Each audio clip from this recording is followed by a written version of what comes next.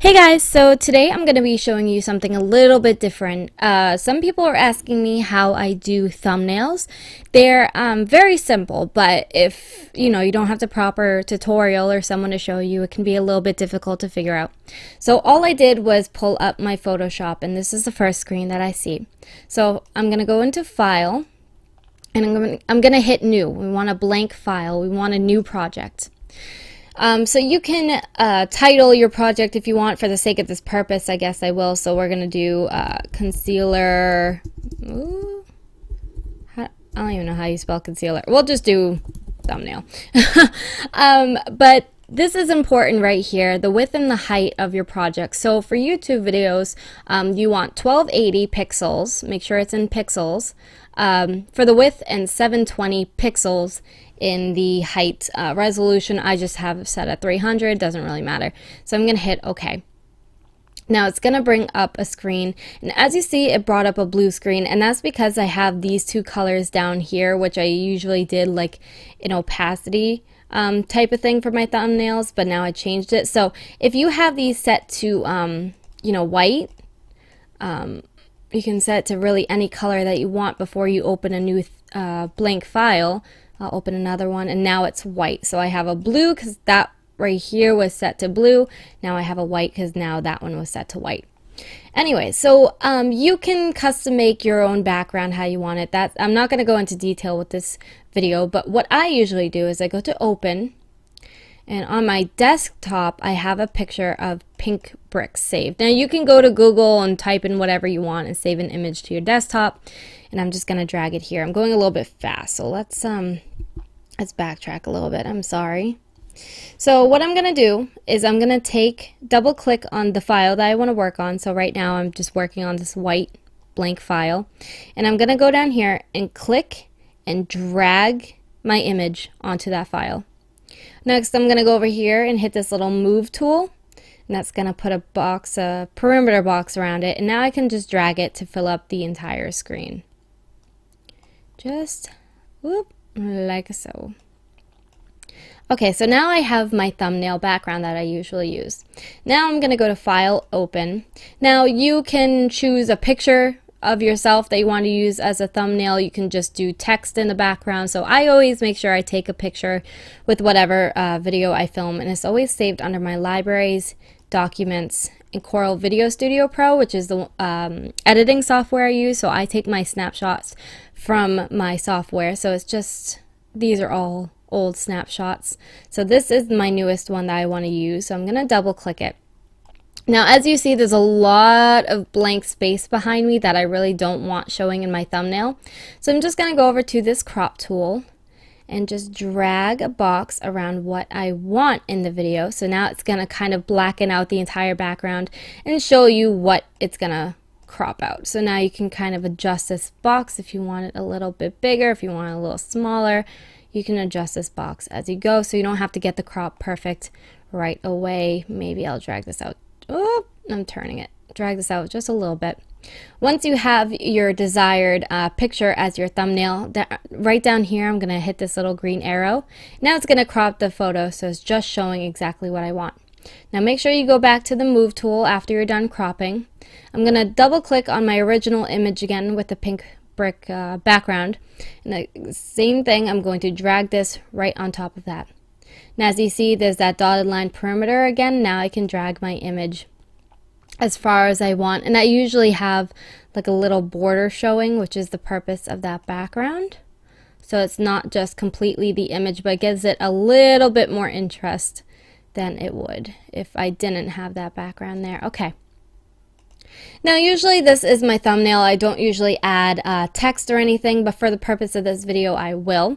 So over here you're going to see this horizontal type tool. You can right click on it and it'll give you horizontal, vertical, horizontal mask, or vertical mask. So I just use horizontal, which is just typing regularly. I'm going to click once on my screen and the little cursor is going to come up. So what is the... I am reviewing Master Conceal by Maybelline. So I'm going to write Master Conceal. Conceal. Oh, make sure I spell it right too. Okay, so as you see, this was actually, I'm going to go back to my move tool so I can move this around. This was a saved color and text from another thumbnail, so I can go ahead and change this. So I think I'm going to change it to white. I feel like that might blend, well, you can't really see it, but we will do a drop shadow. But now I'm going to double click on it again and go up here and choose a font. I think oops, I didn't mean to choose that. Double click it again. I think I usually choose one that begins with a V. Is it? No, I don't think it's that. Is it that one? No, maybe not. Let's see. Okay, so this isn't usually the one I always use, but I do like it. So I'm going to go ahead and, whoops, make it bigger by just dragging this side arrow up. Right here, we'll kind of center it there. Now as you see, it's a little bit hard. Ooh, hit that arrow or that check mark. It's a little bit difficult to read, so I had the hardest time figuring out how to do drop shadows in my videos because no tutorials really showed you it. But if you see these boxes over here, these are the drop shadows. So make sure down here your layer is selected for your text, so Master Conceal is selected.